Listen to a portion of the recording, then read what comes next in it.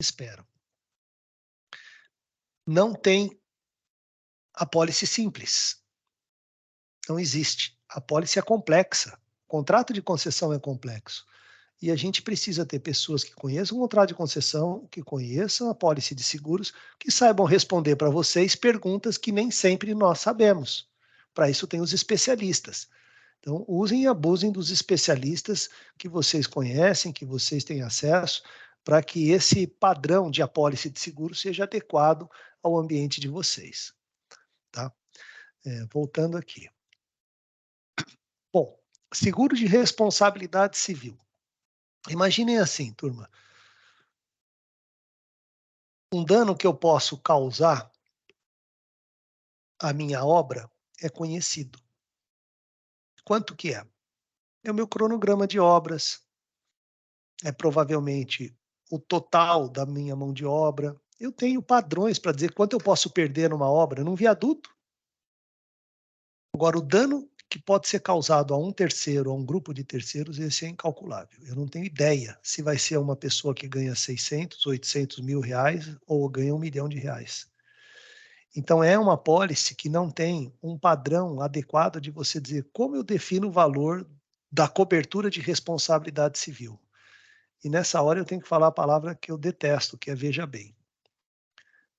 Se alguém chega para você e diz veja bem, é porque não tem domínio do tema. Como é que você estabelece o padrão de uma cobertura de responsabilidade civil? É o custo-benefício, é a única forma que eu encontrei hoje. E o benchmark.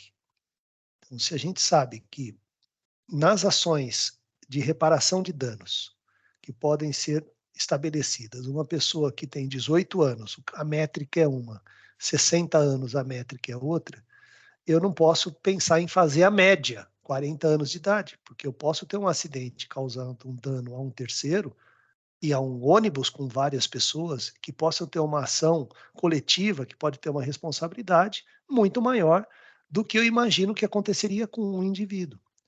Então, a nossa orientação aqui é sempre com base em melhores práticas de mercado, estabelecendo de acordo com o critério de cada um. Lembrando que, se uma concessionária, por algum motivo, se tornar insolvente porque recebeu uma condenação monstruosa, porque não contratou aquela apólice de seguros adequada dentro dos padrões do contrato, ou no mínimo estabelecido no contrato, ela vai ter um problema, inclusive na execução do seguro garantia, que serve para isso também, que é no caso de caducidade do contrato. Se eu tomei uma caducidade, eu tenho algum elemento adicional. Por mais que os seguradores não gostem dessa discussão, não é fácil ter com eles essa discussão, mas quem hoje garante o risco de um contrato, de uma concessão, não importa o segurador, se houve a caducidade, foi decretada a caducidade por qualquer que seja a causa, inclusive a insuficiência de valor segurado, a garantia vai ter que funcionar.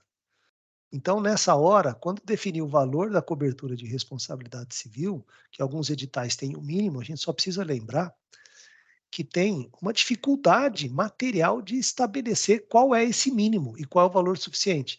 A gente utiliza o custo-benefício. Olha, se eu contratar 50 milhões, custa tanto. Se eu contratar 70 milhões, 80 milhões, 100 milhões, mas não dá para contratar 1 bilhão também, porque não faz sentido. Nós não temos histórico de indenizações em concessões, de uma forma geral, de 1 bilhão de reais.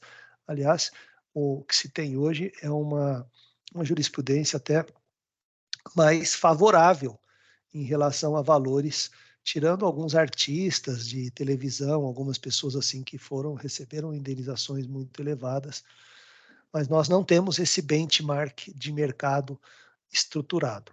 Então, a sugestão aqui, sempre que pensar em responsabilidade civil, lembrar que existem vários tipos de apólice, pode ser de obras civis, pode ser de prestação de serviço, de erros e omissões, de D&O, que é aquela apólice que cobre a responsabilidade do administrador. Lembrem que tem coberturas básicas e acessórias que podem ser estabelecidas.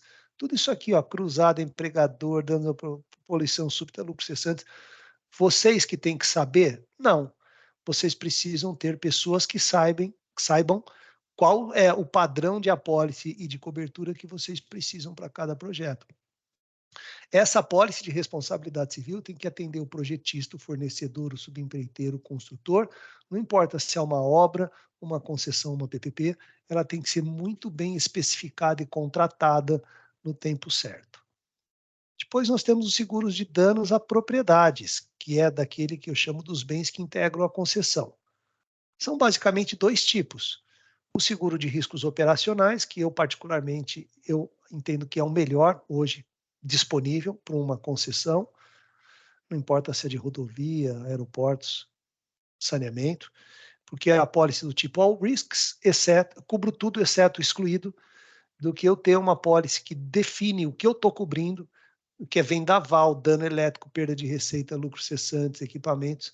Aqui você tem uma amplitude de cobertura maior, não necessariamente é mais caro ou mais barato, essa daqui é muito mais para fábricas, para comércio, indústria. Então, entendo que mais adequado é o seguro de riscos operacionais. Em outras palavras, se a gente for pensar que nós temos aqui dentro dos riscos operacionais as apólices que envolvem roubo, que envolve equipamentos, que envolve enchente, furacão, todos os elementos da natureza, quanto mais completa eu tiver essa apólice, melhor a estruturação do programa de seguros que a gente pode executar e pode elaborar. E para que isso então funcione, a gente precisa ter algumas etapas, certo? Nós temos que ter aqui, no primeiro fase é o diagnóstico, que é a definição do corretor de seguros ou do gerente de riscos, que vai auxiliar o operador, o Estado, não importa, a desenvolver aquele programa de seguros e de garantias atrelado a esse Project Finance. Eu sempre cito o Project Finance porque eu reconheço, cada dia que passa, a única alternativa da gente desenvolver infraestrutura no Brasil é através do Project Finance, porque as empresas não têm mais estrutura corporativa para emprestar os seus balanços para fazer qualquer tipo de projeto, qualquer tipo de obra. Então, a gente precisa amadurecer o conceito do Project Finance, e eu bato nessa tecla, a gente aqui na BDIB defende com unhas e dentes o Project Finance Full Non Recourse, mas nós reconhecemos a dificuldade que é enquadrar nesse tamanho de Brasil os Project Finance Full Non Recourse. A gente entende que vai ter muito Limited Recourse, e a nossa luta agora é estabelecer um padrão de riscos e seguros que seja adequado ao banco, ao financiador, ao investidor, e entender que os riscos estão devidamente endereçados e protegidos. Então, nós precisamos de uma boa matriz de riscos, nós precisamos entender quais são os seguros que estão especificados no contrato e também em relação aos fornecedores e prestadores de serviços que serão contratados. Isso, como eu mostrei, é uma equação enorme, não é simples, mas a gente tem estrutura para pensar sobre isso. Vamos ter que fazer uma análise de todos os tipos de seguros, daqueles 15 modalidades que eu comentei com vocês, estabelecer ali o padrão de coberturas, franquias e limites segurados que são necessários. Vamos ter que selecionar seguradoras de acordo com a experiência e foco de atuação, turma. Aqui ainda nós não temos muita coisa pela frente, mas esse trabalho que está sendo feito com a BCR, por exemplo, e nós fizemos agora em saneamento também, é trazer os seguradores e resseguradores para uma conversa mais ampla, para mostrar que os contratos de concessão, de uma forma geral, não é um bicho-papão. Não tem problema. Teve, sim, dificuldades, acidentes voltados a fenômenos climáticos, mas a capacidade de investimento do Brasil é muito maior. E, com isso, se nós não aportarmos a capacidade que o mercado tem, precifica melhor, aumenta a franquia, diminui cobertura, mas é importante ampliar essa quantidade de seguradoras que nós temos hoje no mercado.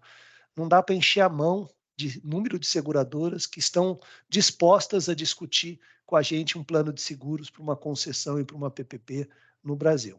Mas nós estamos trabalhando para mudar isso. Eu entendo que a própria SUSEP fez um trabalho importante agora, criou um grupo de trabalho que é a revisão do programa de seguros para o novo PAC da neoindustrialização. Também a BDIB é parte, eu sou um dos componentes desse grupo, e também o outro da FGV. Então, a gente tem assim um foco muito grande em ampliar essa discussão e atrair um volume maior de seguradores para o Brasil. E só para que não fique uma sensação que o problema é o Brasil, eu tive recentemente nos Estados Unidos, tive também agora numa reunião regional, é o mesmo problema que acontece. Nos Estados Unidos são 4 seguradoras, todinho, para cuidar do programa de estruturação de concessões nos Estados Unidos. E na América Latina, na Colômbia, você tem 3 ou 4, é sempre assim, é uma meia dúzia, porque é um trabalho extremamente complexo, são riscos difíceis de serem mensurados, profissionais têm que serem formados para isso, então nós estamos otimistas, mas não vai ser um assunto que nós vamos resolver do dia para a noite. A contratação da pólice, de novo eu falo do preenchimento dos questionários. Importante lembrar, quem vai ao mercado segurador, mostrar experiência, os certificados, as premiações, depoimentos em relação à sua experiência no setor, isso é muito importante. Quando receber as propostas, o corretor de seguros e a empresa têm que entender o que está escrito, o que está coberto, o que está excluído. E, principalmente, quando a pólice for emitida, entender o que eu comprei, o que está coberto, o que está excluído. A pólice não pode ir para o cofre, turma. Não façam isso. Não coloquem a pólice no cofre. A pólice é algo que tem que estar do nosso lado. A gente tem que ler, tem que entender, tem que discutir, tem que pedir para mudar. É um processo dinâmico, ela é um organismo vivo. Ela muda de acordo com o projeto. Então, a gente precisa sempre documentar e registrar cada informação que nós tivermos lá. Então, se nós temos hoje esse momento de desenvolvimento do nosso plano de seguros e de garantias, eu sei exatamente como contratar nosso programa de engenharia, ou seja, ampliação das obras e serviços. A Policy All Risks, que tem as cláusulas adequadas. Eu defino um programa de seguro de responsabilidade, que garante não só as etapas de ampliação, manutenção, mas também o programa que envolve as ações e omissões dos dirigentes, dos funcionários. Eu consigo contratar um programa de riscos operacionais que garante todos os danos causados aos bens que integram a concessão, mais as perdas financeiras decorrentes da paralisação, mais os seguros especiais, como riscos cibernéticos, como seguros de tumultos, o seguro de terremotos, quando necessário. Eu consigo trazer para esse programa uma estrutura de garantias com o Completion Bond, que é o que o Rafael Garritano vai comentar com vocês na próxima sexta-feira, para a proteção dos interesses do financiador interessado na execução do projeto, nós temos aí a certeza de entregar proteção e tranquilidade para todos os interessados nessa concessão, seja o poder concedente, a agência reguladora, o financiador, o usuário, o investidor, o operador do sistema. E aqui não importa se nós estamos diante de uma concessão comum, administrativa ou patrocinada. Nós fizemos recentemente um trabalho para um parque, né? Nós fazemos aí seguros de, acho que 12 parques hoje. Eu nem imaginava que eu tinha que contratar seguro de responsabilidade civil caso eu tivesse lá uma picada de animal, alguma coisa, alguém que escorregasse na cachoeira. Mas vocês vejam como tudo isso é dinâmico. Nós vamos aprendendo, o mercado vai se adaptando e no final do dia, o que se espera é que a infraestrutura sendo desenvolvida no país com esse grau de profissionalismo que se tem hoje, com equipamentos públicos devidamente entregues, uma estrutura de pessoas capacitadas e competentes, como eu vejo na interação que eu tenho com os administradores públicos, tenho certeza absoluta que vai ser um modelo de sucesso e nós vamos entregar para a nossa população essa infraestrutura urbana social de qualidade que nós precisamos e esperamos por ela, né? Então, temos 10 minutinhos aqui para abordar algum tema que vocês quiserem e dei uma corridinha no final, mas é para ter a chance da gente conversar mais um pouco, que eu gosto muito, nem sempre dá tempo, mas hoje deu. André, assim, voltando lá desculpa, Fernando, você levantou a mão, pode falar. Posso falar? Então, tá bom. Voltando naquela questão dos seguros lá nos contratos e aquela previsão que a gente já vê ali há muito tempo, que é a questão do risco ser segurável ou não, e, enfim, já vejo isso há muito tempo lá nos contratos de rodovia, vem se repetindo. E aí a minha dúvida é, assim, pragmaticamente falando, assim, você acha que tem, assim, espaço para melhorar essa regulação ali?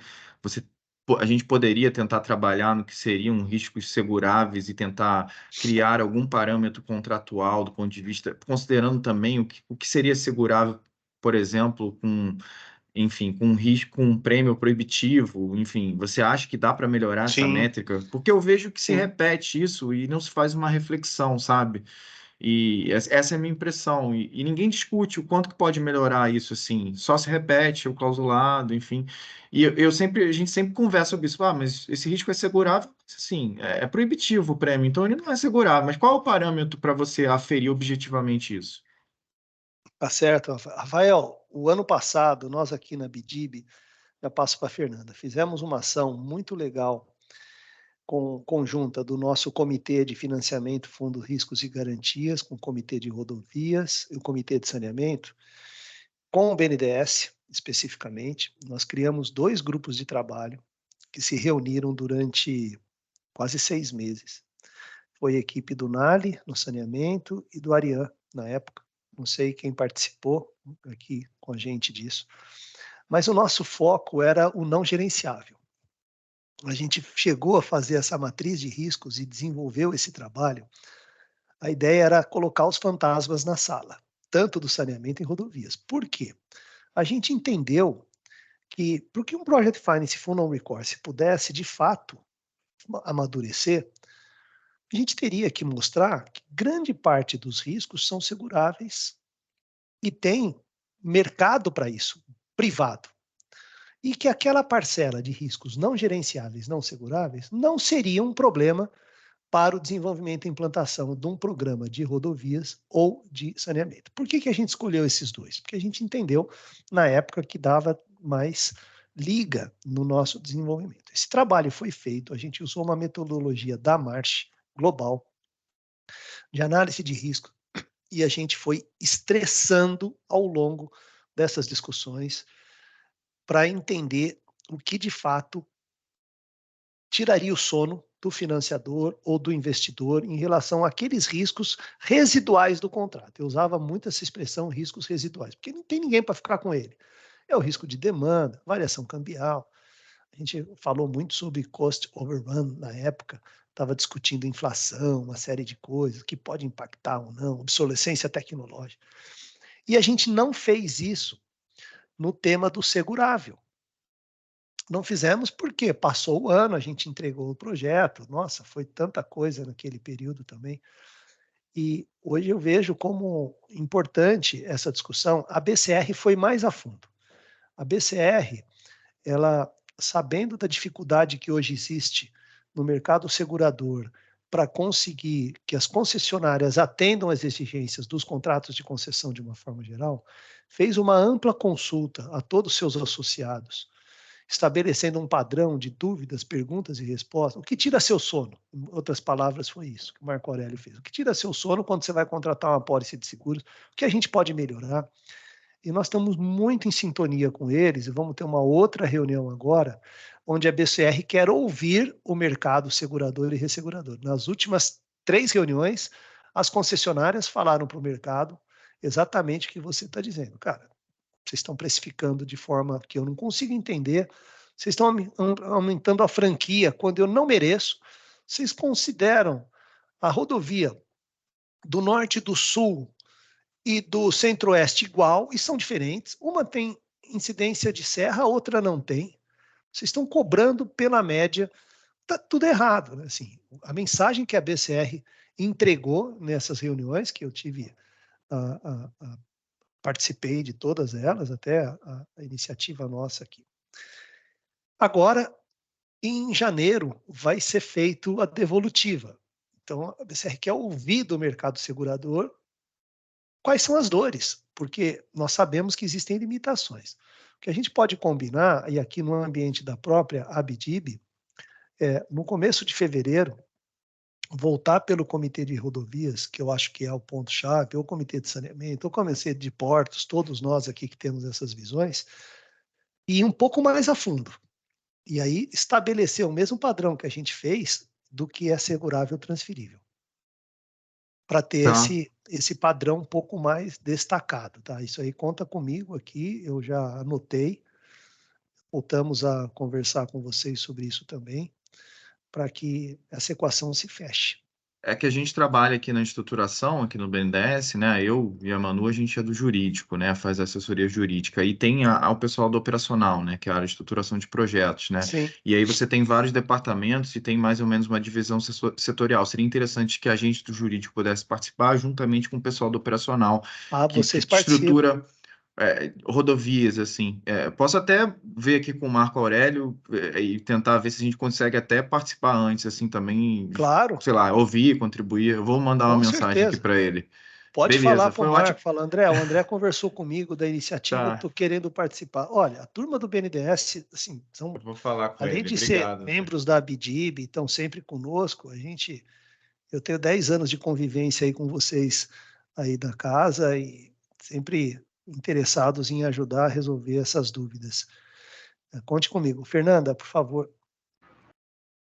O André, até voltando também na questão lá da dificuldade de você mensurar o risco no seguro de responsabilidade civil, eu queria saber a sua opinião, porque eu já vi em alguns contratos quando eles estabelecem um valor mínimo ligado a uma porcentagem de investimento. Por exemplo, exatamente porque você não tem como mensurar, e aí para você ter um mínimo, eu já vi ligado, salvo engano, eu vi até em Artesp também, mas não sei onde eu mais ouvi. Não, Mato Grosso do Sul. Mato Grosso. Isso. O que você acha? Você acha que Olha, vê algum problema nessa ligação? Assim, para fixar um mínimo mesmo, né, já que você não consegue mensurar. Eu acho que é um critério, mas eu não acho que é um critério inteligente. Eu vou te explicar por quê. Um contrato de 1 bilhão, se definir 50% do valor, pode ser que nem o mercado tenha capacidade para isso. E um contrato de 1 milhão, pode ser que o contrato de 2 milhões tenha uma exposição de responsabilidade civil maior do que esses 50%, porque está ligando pessoas. Eu não vejo isso, Fernanda, como a melhor métrica. Inclusive, quando é estabelecida uma métrica, que foi o caso que aconteceu lá no Mato Grosso do Sul, né? Nós estamos falando do Mato Grosso do Sul, só para eu lembrar aqui. E quem ganhou a concessão, ganhou com essa métrica na cabeça. Então, assim, é difícil. Na audiência pública, às vezes você pode questionar, olha, mas esse padrão está muito fora, eu vou ter que contratar uma apólice muito maior do que o mercado oferece. Então, você consegue interagir na audiência pública. Depois que é feita a audiência pública, é assinado o contrato, para mudar isso é muito difícil. A não ser que você mostre que o mercado segurador não tem capacidade, imaterialmente você não consegue cumprir. Eu, de fato, gosto muito desse modelo da NTT, onde se fala que a concessionária é integral responsável pelos riscos do contrato, que não poderá haver reequilíbrio se houver seguro disponível na época, e que tem que ter, no mínimo, um valor de tanto que não impede a concessionária a contratar mais do que deva. E depois exigir um padrão para entender qual foi o critério que utilizou. A NTT, por exemplo, ela tem um histórico, vamos supor se tem 20 anos de concessão de rodovia. Ao longo dos anos, em 20 anos, você tem uma média. 20, 15, 20, 30, 50, 100. Então você tem um padrão. Aí aparece um com 2 milhões. Pô, peraí, isso aí está fora da média. Que critério é esse? Esses 2 milhões veio de onde? Qual é o racional? É uma concessão de 1 quilômetro? É uma concessão na zona rural, que eu não tenho nem usuário. Então, eu entendo que a regulação ela precisa ser justa o suficiente e permitir ao administrador, regulador, que tenha instrumento para, de fato, exercer seu papel, senão fica naquela situação de você ter a regulação, mas não ter um instrumento para correção. Bom, turma, eu queria agradecer vocês pela atenção. Fiquei feliz hoje de conseguir compartilhar no tempo que eu queria todas as informações. Não termina aqui, a gente tem amanhã com o Diego um bate-papo bem importante sobre ele vai trazer um novo modelo de garantias que o Estado está propondo, ele vai abordar um pouco essa visão dos fundos que o governo federal está criando para estimular a estrutura de garantias, ou melhor, os investimentos em PPPs especificamente. E na sexta-feira com o Rafael Garritano. Eu estarei com vocês também, vou fazer a abertura da aula amanhã, vou fazer a abertura na aula da sexta. E fica aí o meu agradecimento a vocês. Quem precisar contato, me chamem pelo LinkedIn. Estou à disposição. Às vezes eu demoro um pouco para responder, mas eu respondo.